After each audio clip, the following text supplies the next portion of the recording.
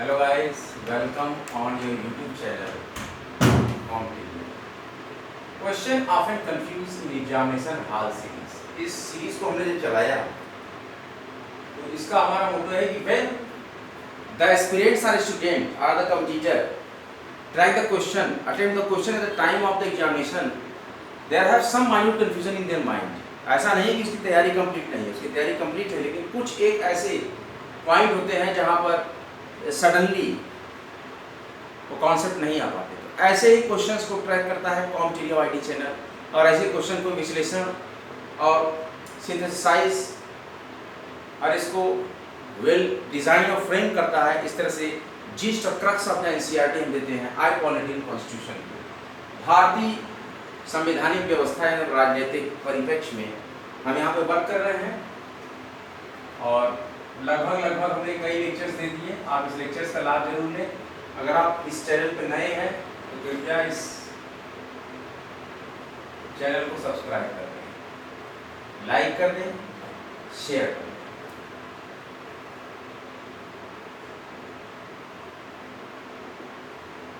राज्य आपात के संबंध में न्यायिक पुनर्विलोकन। राज्य आपात के संबंध में न्यायिक पुनर्विलोकन हमारा आज का टॉपिक है। राज्य आपात के संबंध में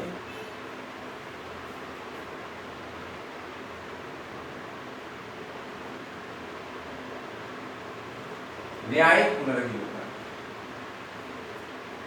हमने आर्टिकल 356 पढ़ा।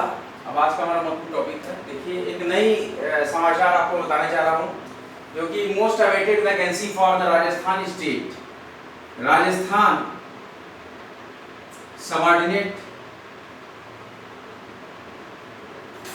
And administrative services. ध्यान दीजिएगा, examination 2023 Rajasthan administrative and subordinate services exam combined examination 2023 which will very boldly known as RAS exam. Which exam? RAS exam. Announced the vacancies of 905 total posts of the Rajasthan Administrative Services and Rajasthan Subordinate Services. Combined preliminary and mains examination, which will held on the 75 days after the closing of 75 days after the closing of form date.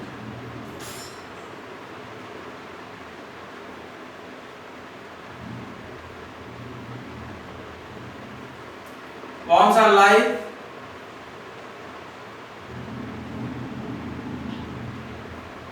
July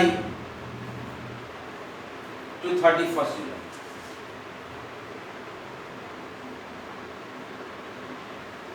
forms are live. 905 vacancy है। राजस्थान प्रशासनिक सेवा एवं अधीनस्थ सेवाओं की संयुक्त प्रतियोगितात्मक परीक्षा exam 2023, जिसमें कि प्रीलिमिनरी एग्जाम्स का पेपर होगा। आरएस प्री का जो सिलेबस होता है बहुत ही परिष्कृत होता है। आरएस प्री में राजस्थान की इतिहास, राजस्थान की भूगोल, राजस्थान की राज व्यवस्था, राजस्थान की अर्थव्यवस्था,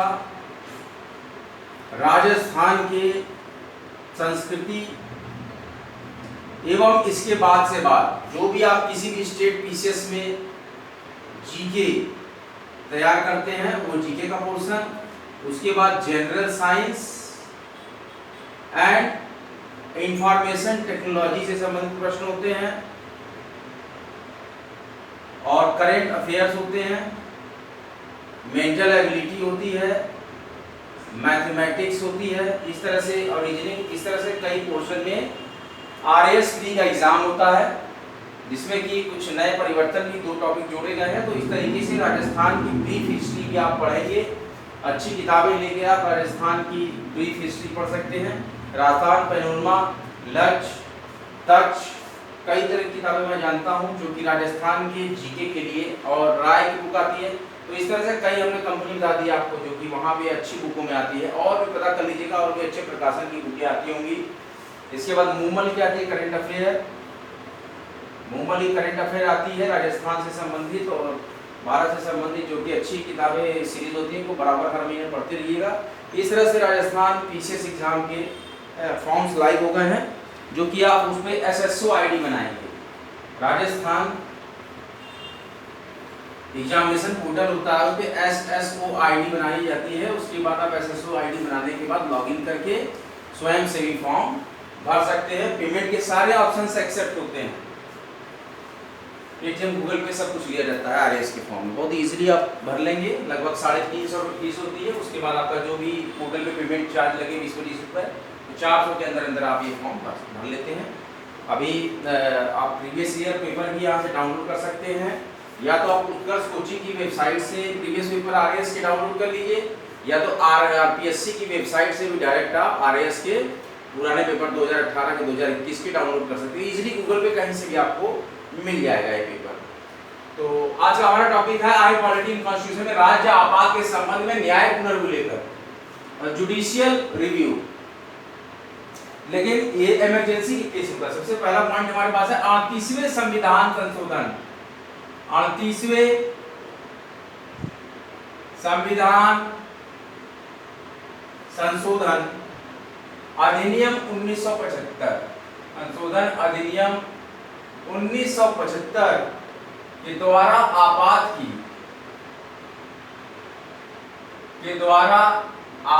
की उद्घोषणा के संबंध में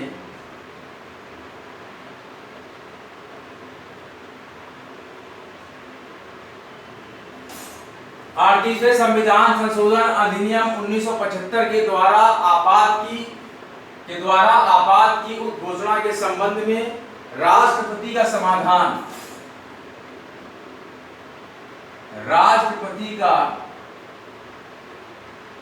समाधान, न्याय पुनर्विलोकन,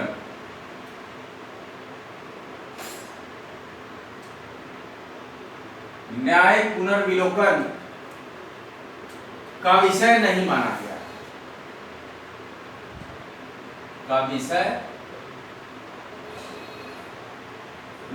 गया, बाद में क्या किया गया, राजस्थान में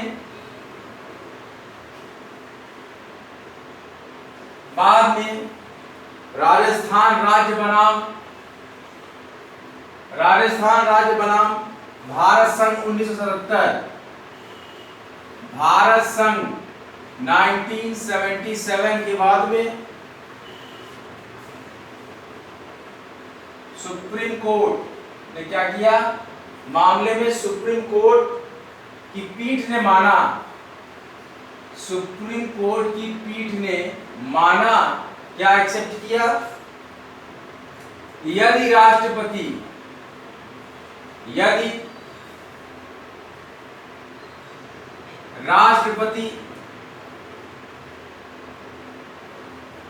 का समाधान दुर्भावना से, यदि राष्ट्रपति का समाधान, देखिए होता है, दुर्भावनाएं भी होती हैं चाहे किसी भी पद पे आप हो, का समाधान दुर्भावना से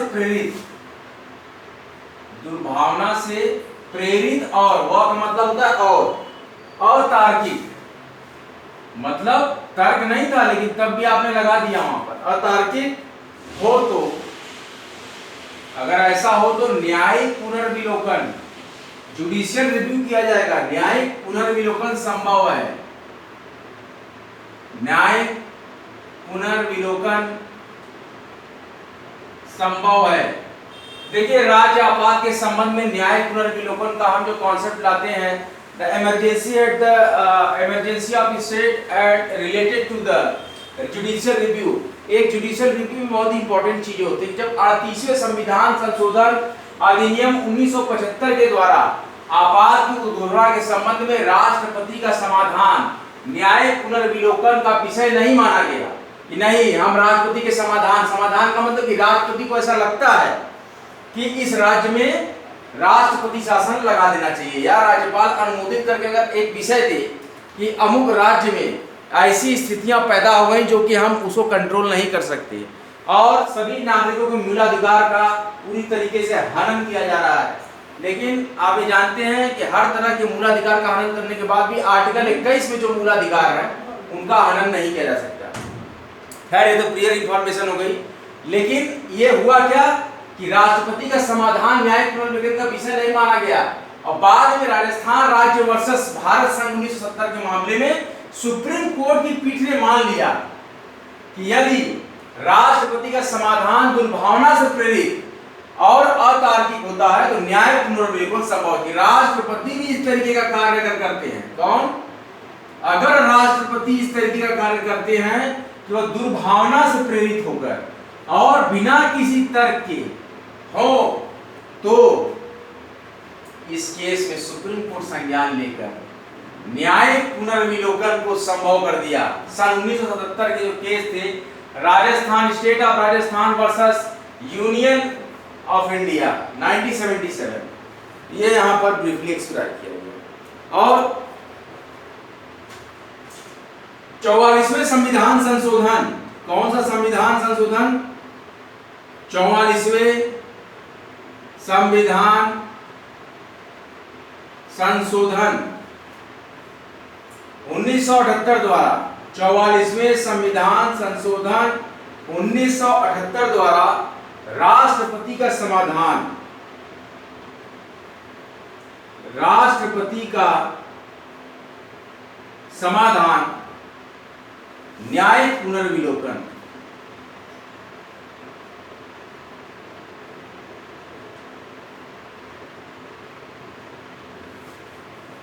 चौवालीसवें संविधान संशोधन 1975 द्वारा राष्ट्रपति का समाधान न्यायिक पुनर्विलोकन के अधीन रखा गया। पुनर्विलोकन के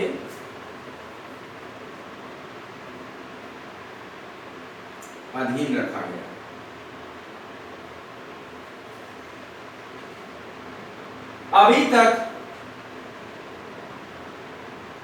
अभी तक की जो स्थिति है, जो जुडिशियल डिटेल हमारे पास है, आर्टिकल 356, अभी तक आर्टिकल 356 का 700 से अधिक बार, 700 टाइम्स से ज्यादा प्रयोग हो चुका है। सोच लीजिए।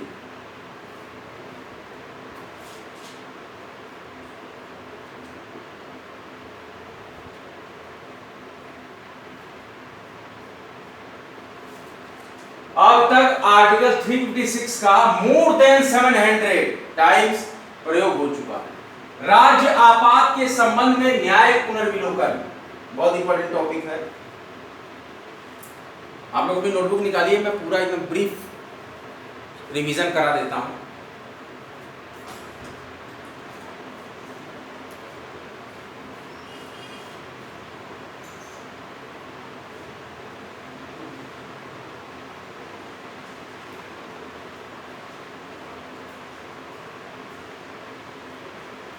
अरे ये है डी आर्टिकल 356 राज्य आपात के संबंध में न्यायिक पुनर्विलोकन। आवर टुडेज टॉपिक, राज्य आपात के संबंध में न्यायिक पुनर्विलोकन।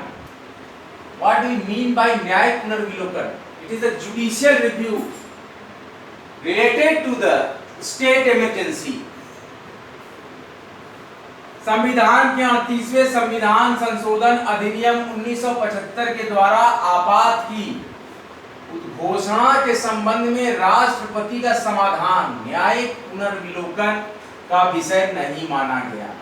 लेकिन बाद में राजस्थान राज्य वर्सेस भारत संघ 1977 के मामले में सुप्रीम कोर्ट की पीठ ने माना कि यदि राष्ट्रपति का समाधान दुर्भावना से प्रेरित और अतार्किक हो तो न्यायिक पुनर्विलोकन संभव है। क्या है? संभव है।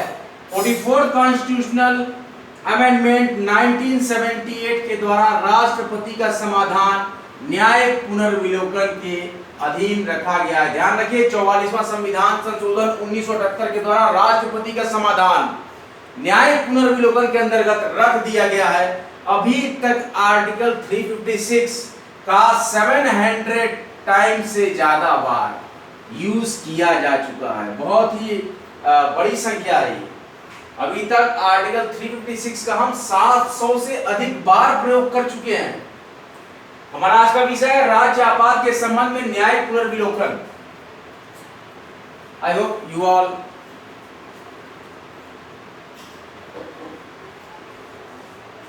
जो भी रिवीजन हमने कराया आपको समझ में आया। आगे बढ़ते हैं, देखते हैं क्या टॉपिक है हमारे पास। और बहुत ही इंपॉर्टेंट आयोग यहाँ पर गठित होता है। बहुत ही अच्छा यहाँ पर एक पॉइंट आता है फिर से। अब ये देखिए हमारे पास 44वें संविधान संशोधन से पता लग गया कि राष्ट्रपति का समाधान भी न्यायिक पुनर्विलोकन के अंतर्गत आता है कि सुप्रीम कोर्ट जुडिशियल रिव्यू करता है और उसके बाद उसका समाधान कर देता है इस तरीके का समाधान एक्सेप्टेड है या नहीं है। बहुत ही कॉम्प्लिकेटेड टॉपिक जो होते हैं, क्वेश्चंस को फ्रेम करते समय हमको बहुत ही ब्रीफली और बहुत ही क्विकली उसको ट्रैक करना है कि किस तरीके से हम अप्लाई करेंगे इस कॉन्सेप्ट का अपने एग्जामिनेशन के क्वेश्चंस में। How can we apply the such concept in the given question. तो उसके लिए हमको ज्यादा से ज्यादा नॉलेज की जरूरत है। सरकारिया आयोग की सिफारिशें बहुत इंपॉर्टेंट। सरकारिया आयोग बहुत ही पॉपुलर, सारे छात्र जानते हैं इसके बारे में, जो कि भारतीय संविधान और राज्य व्यवस्था पर थोड़ा सा भी पढ़ाई करते हैं। सरकारिया आयोग की सिफारिशें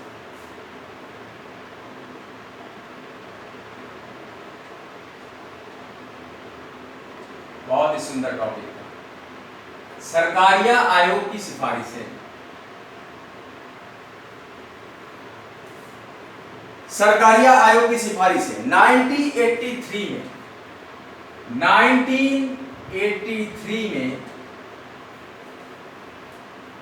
न्यायमूर्ति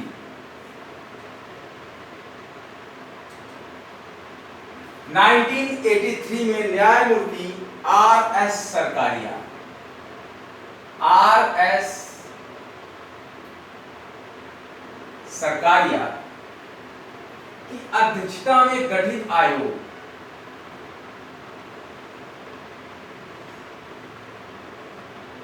अध्यक्षता में गठित आयोग द्वारा निम्न उपाय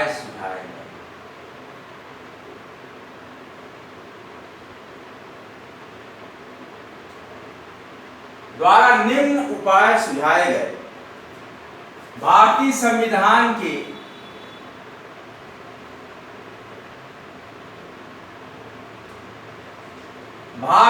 देखिए 1983 में न्यायमूर्ति R.S. सरकारिया 1983 में न्यायमूर्ति R.S. सरकारिया का अध्यक्षता में R.S. सरकारिया की अध्यक्षता में गठित आयोग द्वारा निम्न उपाय सुझाए गए, जिसको कहा जाता है कि सरकारिया आयोग की सिफारिश। भारतीय संविधान के आर्टिकल 365 का प्रयोग, आर्टिकल 356 का प्रयोग, भारतीय संविधान के आर्टिकल 356 का प्रयोग तभी किया जाए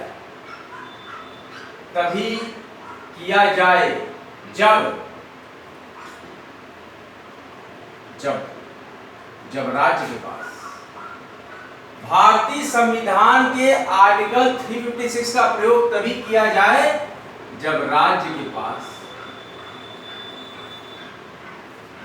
के पास अन्य विकल्प शेष न हो। अन्य विकल्प शेष न हो। क्या है पहला पॉइंट, देखिए पूरा हम ब्रीफली एक्सप्लेन करते हैं।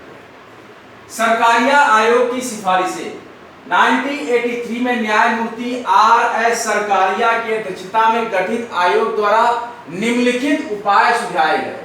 कि भारतीय संविधान के आर्टिकल 356 का प्रयोग तभी किया जाए जब राज्य के पास अन्य विकल्प शेष न हो। सेकंड पॉइंट,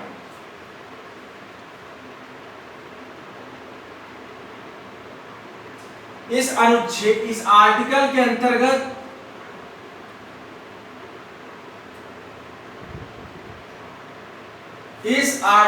अंतर्गत कोई भी कार्रवाई तब तक नहीं की जा सकती, आर्टिकल 356 के अंतर्गत कोई भी कार्रवाई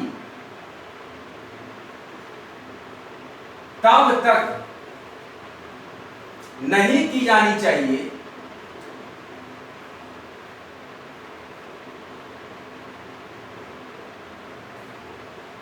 इस आर्टिकल 356 के अंतर्गत कोई भी कार्रवाई तब तक नहीं की जानी चाहिए जब तक इससे पूर्व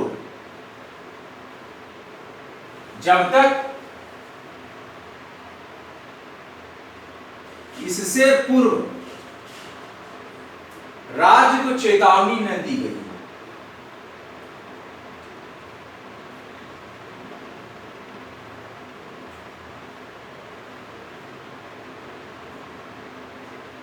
इसका मतलब क्या है? सरकारिया आयोग की सिफारिशों में था कि 1983 में न्यायमूर्ति आर एस सरकारिया की अध्यक्षता में गठित आयोग द्वारा निम्न उपाय सुझाए गए, जिसमें कि भारतीय संविधान के आर्टिकल 356 का प्रयोग तभी किया जाएगा जब राज्य के पास अन्य विकल्प शेष न हो, मतलब कि जब राज्य के पास कोई रास्ता नहीं होगा तभी उसी केस में we have applied the article 356, they are applied by Indian constitution. और इस आर्टिकल 356 के अंतर्गत कोई भी कार्यवाही तब तक नहीं की जा सकती है जब तक कि इससे पूर्व राज्य को चेतावनी न दे। मतलब कि जब आप लगाते हो आर्टिकल 356 किसी भी स्टेट पर, तो आप पहले उसके लगाने के पहले उस राज्य को चेतावनी दे दो कि हम आपके राज्य में अनुच्छेद 356 लगाने वाले हैं। उसके पहले आप किसी प्रकार की कार्रवाई इस आर्टिकल 356 के अंतर्गत कोई भी कार्रवाई तब तक नहीं की जा सकती है कि जब तक उस स्टेट को उस आर्टिकल को अप्लाई करने से पहले बता न दिया गया हो, चेतावनी न दे दी गई हो कि आपके राज्य में ये आपात 356 धारा लगाई जा रही है। नाउ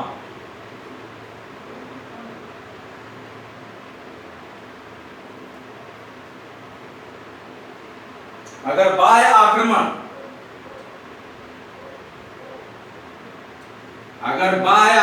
बाहर से कोई आक्रमण, अगर बाह्य आक्रमण या आंतरिक अशांति उसी स्टेट में, उसी खंड में, उसी जगह पर जहां पे लगाया जा रहा आर्टिकल 356, अगर बाह्य आक्रमण या आंतरिक अशांति के कारण,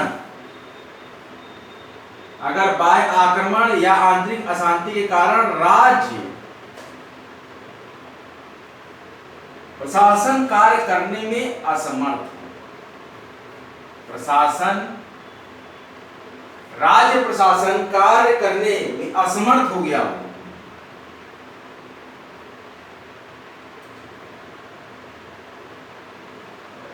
देखिए अगर बाह्य आक्रमण या आंतरिक अशांति के कारण राज्य प्रशासन कार्य करने में असमर्थ हो गया हो और उसके कारण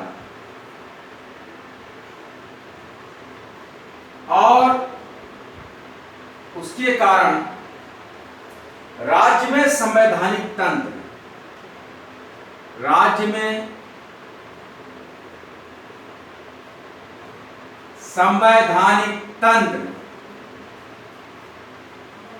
विफलता की आशंका, उस राज्य में संवैधानिक तंत्र विफलता की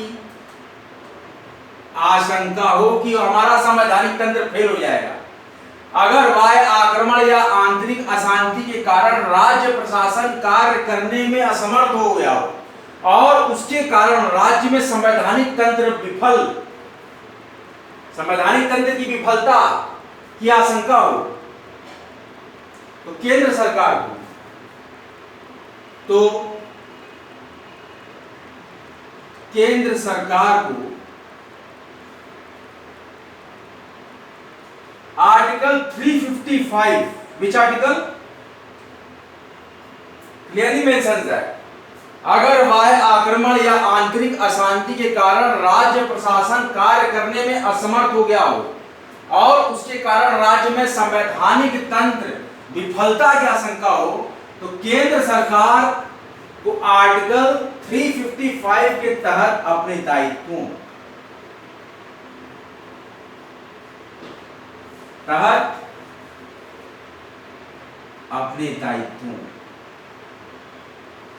मतलब कि संघ को आर्टिकल 355 के तहत अपने दायित्वों को निभाने का पूरा, अपने दायित्वों को निभाने का पूरा प्रयास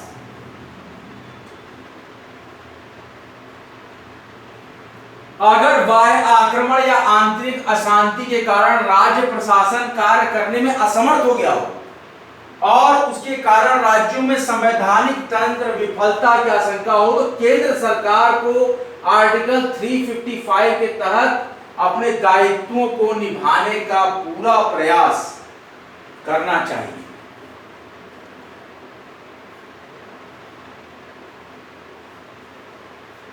पूरा प्रयास संघ को करना चाहिए। सीधे मतलब प्रयास किए बिना सीधे का सीधे आर्टिकल 356 नहीं लगा सकते। देखिए यही बात बहुत ही अच्छी है प्यारी, कि अगर राज्य में संवैधानिक तंत्र विफलता की आशंका हो तो केंद्र सरकार को, यूनियन को, संघ को आर्टिकल 355 के तहत अपने दायित्वों को निभाने का पूरा प्रयास करना चाहिए। सीधे आर्टिकल 356 का प्रयोग करने से बचना चाहिए। सीधे का सीधे आर्टिकल 356 का प्रयोग करने से बचना चाहिए।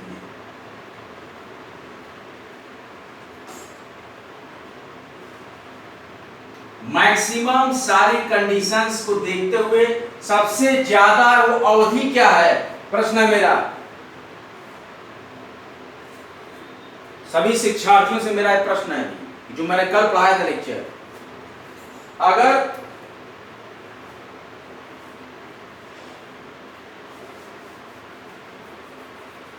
अगर बाह्य आक्रमण या आंतरिक अशांति के कारण राज्य प्रशासन कार्य करने में असमर्थ हो गया हो और उसके कारण राज्य में संवैधानिक तंत्र विफलता की आशंका हो, तो केंद्र सरकार को आर्टिकल 355 के तहत अपने दायित्वों को निभाने का पूरा प्रयास करना चाहिए। सीधे आर्टिकल 356 का प्रयोग करने से बचना चाहिए। हमने कल आपको पढ़ाया था, मैं प्रश्न पूछ रहा हूं फिर से। अधिक से अधिक कितनी अवधि तक के लिए सभी शर्तों को पूरा करते हुए, जितनी भी शर्तें संभव हैं, कितनी अधिकतम अवधि तक के लिए राष्ट्रपति शासन आर्टिकल 356 को लगाए रख सकते हैं? ऑप्शन ए 2 माह, ऑप्शन बी 6 माह, ऑप्शन सी 1 वर्ष या उससे ज्यादा, ऑप्शन डी 3 वर्ष की अवधि तक। इसका आंसर आप कमेंट बॉक्स में देंगे इसी वीडियो में। प्रयोग करने से बचना चाहिए।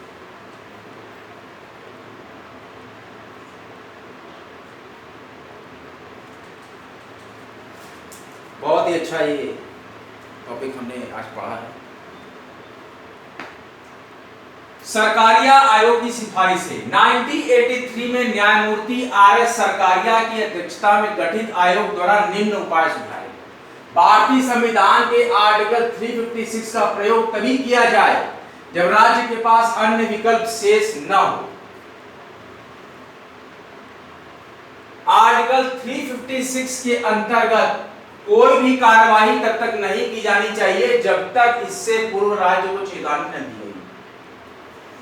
अगर बाह्य आक्रमण या आंतरिक अशांति के कारण राज्य प्रशासन कार्य करने में असमर्थ हो गया हो और उसके कारण राज्य में संवैधानिक तंत्र विफलता की आशंका हो, तो केंद्र सरकार को आर्टिकल 355 के तहत अपने दायित्वों को निभाने का पूरा प्रयास करना चाहिए, सीधे आर्टिकल 356 का प्रयोग करने से बचना चाहिए। Clear? I hope the all doubts of that lecture are clear. Companies try their best to perform such type of analytical and synthetical lecture। हम पूरा संश्लेषण देते हैं, पूरा विश्लेषण देते हैं और प्रयास कर रहे हैं कि आई पॉलिटी कॉन्स्टिट्यूशन में हम best students, best computers, best aspirants को तैयार करें फ्री ऑफ कास्ट। ये हमारा अभी YT platform free of cost चल रहा है, इस पर आप पूरा लाभ लें। इस यूनिवर्स में हर जगह नॉलेज है, you can achieve the knowledge. Study hard get success, study harder and achieve your goal. सभी पढ़ें, सभी पढ़ें, मुफ्त शिक्षा आपके द्वार। क्या आपने तैयार इन सभी उद्योगों के साथ। और कॉम्टेरिया की महत्वपूर्ण टैगलाइन है स्टडी सिलेक्शन का। पढ़ते रहें, सारी वैकेंसीज की अपडेट भी मैं आपको देता हूँ। यूजीसी नेट के जो अभ्यर्थी हैं, यूजीसी नेट एग्जाम जून साइकिल 2023, इनकी रिस्पॉन्स शीट बहुत ही जल्द कल परसों में अपलोड हो जाएगी एनटीए की साइट पर, तो आप वहां से देख सकते हैं। 15 से 20 जुलाई तक फाइनल रिजल्ट जून साइकिल का आ जाएगा यूजीसी नेट एनटीए। तो इस तरीके से। और एक अच्छी और खबर है कि राजस्थान में असिस्टेंट प्रोफेसर की वैकेंसी आई, जिसमें कि UGC net qualify, Rajasthan set qualify, slate qualify और पीएचडी भी अगर सिर्फ किए हैं तो आप एलिजिबल हैं राजस्थान में असिस्टेंट प्रोफेसर के लिए। काफ़ी अच्छे पद हैं, 1000 से ज़्यादा पद हैं, 2000 के लगभग। तो आप भरिए अच्छे से और तैयारी करते रहिए। हर स्ट्रीम के छात्रों के लिए यहाँ पर सारी सूचनाएं हमारे पास होती हैं।